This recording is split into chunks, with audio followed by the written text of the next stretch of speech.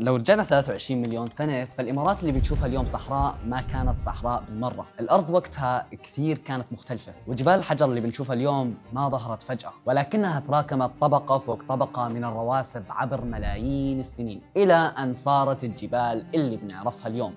وخلال الحقبة الميسونية تغير شكل البحر، الممر المائي اللي كان بيفصل ما بين المحيط الهندي والبحر المتوسط اختفى تدريجيا، والأرض تكونت منها جسد بري ربط أفريقيا بالجزيرة العربية، ومن هنا بدأت الهجرات. طبعا هجرة حيوانات، يعني الغزلان والزرافات عبروا من أفريقيا، والفيلة والقرود راحوا بالعكس من الجزيرة لأفريقيا.